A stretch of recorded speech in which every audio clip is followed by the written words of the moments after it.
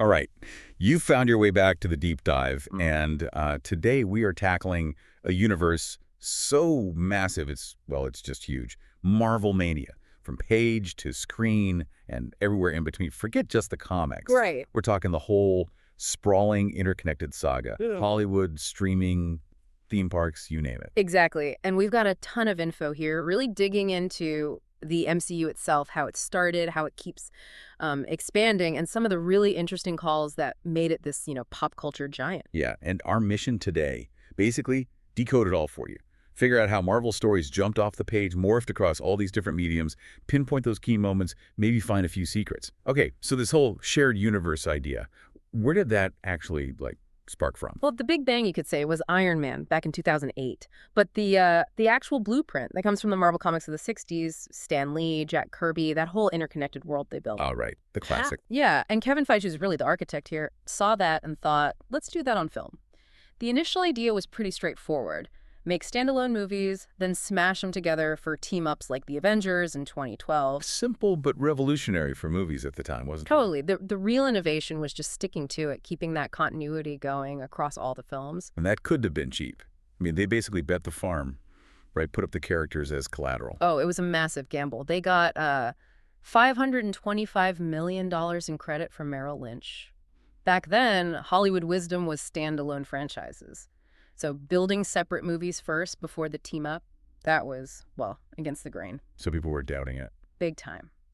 Even someone like Avi Arad, who was huge in Marvel's earlier movies, wasn't sure audiences would go for something so complex, so linked together. It really speaks to Feige's belief and, the success of those first movies that it took off.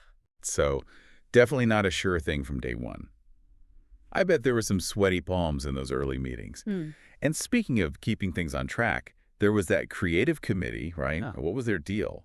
Like the guardians of comic book lore. That's actually a pretty good way to put it. Yeah. The committee was there to make sure the movies stayed true to the comics, the core ideas. It had people who knew the comics inside out. Feige, Louis D'Esposito, people from Marvel Publishing, too. They were really important early on, keeping things consistent, making sure they didn't mess up the characters, establishing those foundations. Like a superhero fact-checker squad. Yeah. Got it.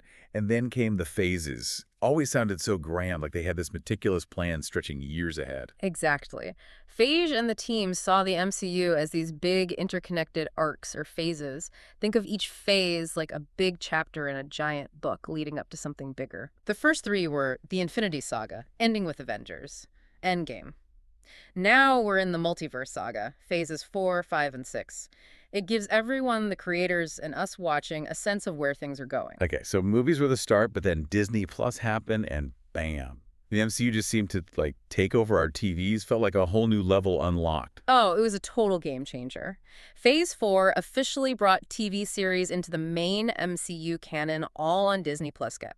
Suddenly, they could explore characters who maybe wouldn't get their own huge movie. The B-listers. Kind of, yeah. Your second-tier heroes, maybe. Gave them these big, limited series like WandaVision, Loki, Falcon, and the Winter Soldier. More room for character stuff. Complex themes. Yeah, you felt that. Like the stories could actually breathe a bit more compared to a packed 2-hour movie. Precisely. Feige even talked about it, how TV let them tell stories that just wouldn't fit the movie model. Allowed for experimenting, different pacing. We even got things like the Marvel Studios special presentation. Oh, yeah, like the Guardians Holiday Special. Yes, exactly. Made specifically for Disney Plus A, showed they were willing to do these more unique standalone things within the big picture. Which was great fun.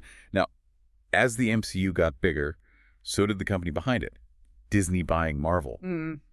That was massive, wasn't it? Felt like Disney just went, ooh, superheroes, money. It was definitely significant. December 2009 for about $4 billion, though Paramount still distributed some early ones because of old deals. But yeah, Disney eventually brought it all in-house. Right. A key moment was 2015 when Marvel Studios became more directly part of Walt Disney Studios. Kevin Feige started reporting straight to Alan Horn. Streamlined things, really cemented Feige's control. And did that shift things internally, like the creative committee we talked about? Yeah. Did their power change? It did, yeah. Around that same time, the committee's influence on the actual movies started to decrease. The main decisions really fell more to Feige, Louis D'Esposito, Victoria Alonso, the key execs. They also set up what they call the Marvel Studios Parliament. It's this group of executives working together, mapping out all the projects, keeping the whole thing cohesive. Makes sense. Got to keep the ship steered straight when it gets that big.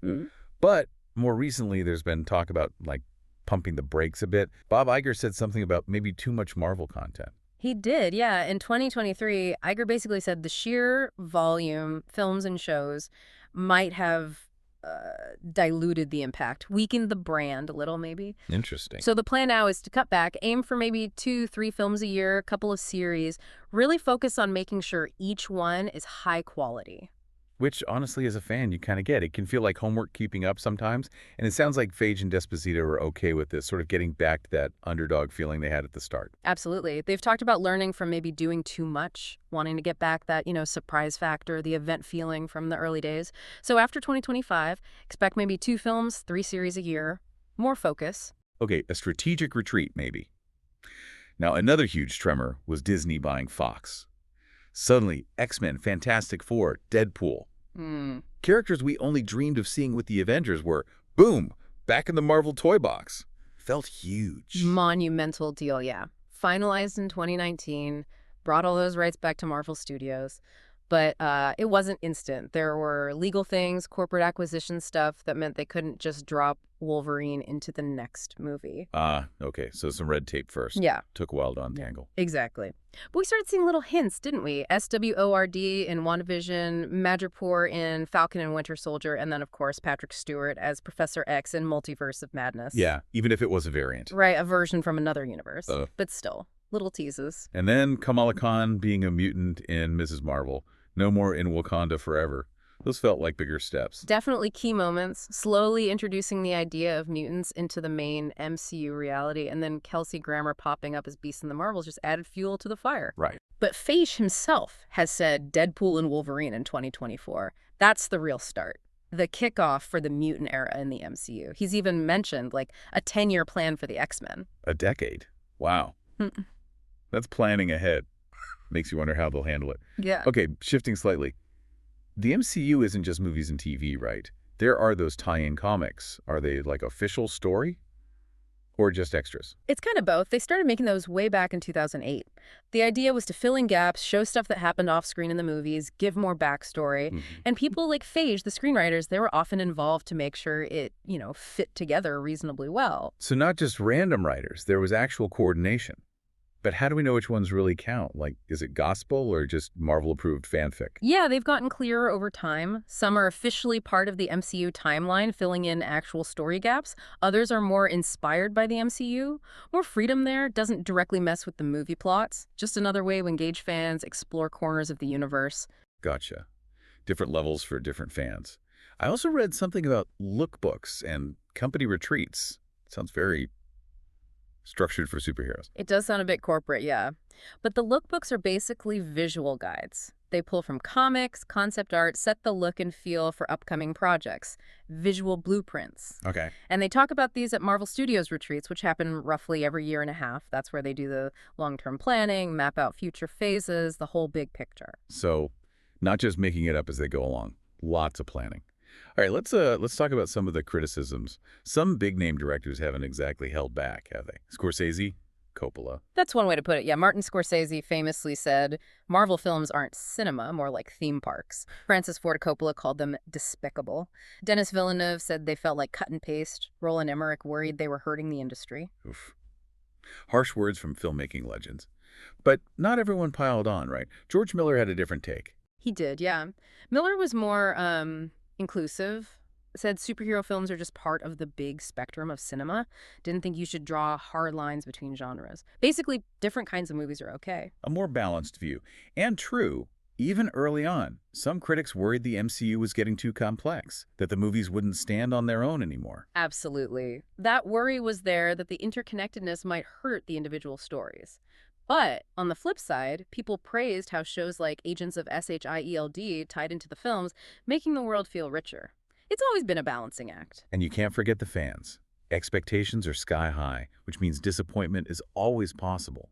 And villains. That's been a recurring discussion point, hasn't it? Sometimes they feel a bit thin compared to the heroes. That's a fair critique some people have. The argument is that while the heroes get these deep arcs, the villains sometimes end up just being plot devices, maybe lacking that same level of motivation or backstory. Right. Okay, back to the MCU nuts and bolts. The timeline. It's gotten incredibly complicated, hasn't it? Overlaps, time jumps. Endgame really scrambled things. Oh, yeah. That 5-year jump in Endgame just created so many questions, so many potential continuity knots, keeping track of exactly when everything happens across all the movies and shows.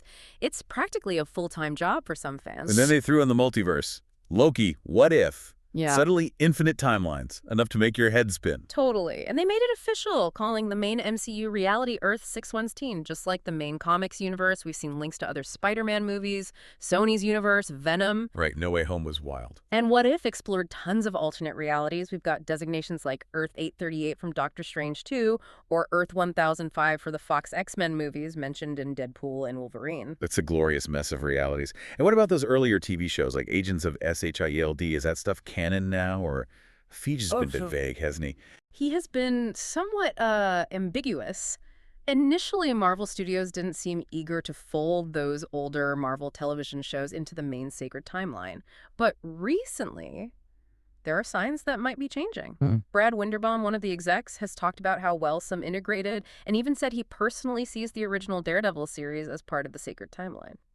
Interesting. So maybe those connections will become more official later. Okay, let's talk about how the MCU has literally invaded the real-world theme parks. It's a huge presence now, yeah.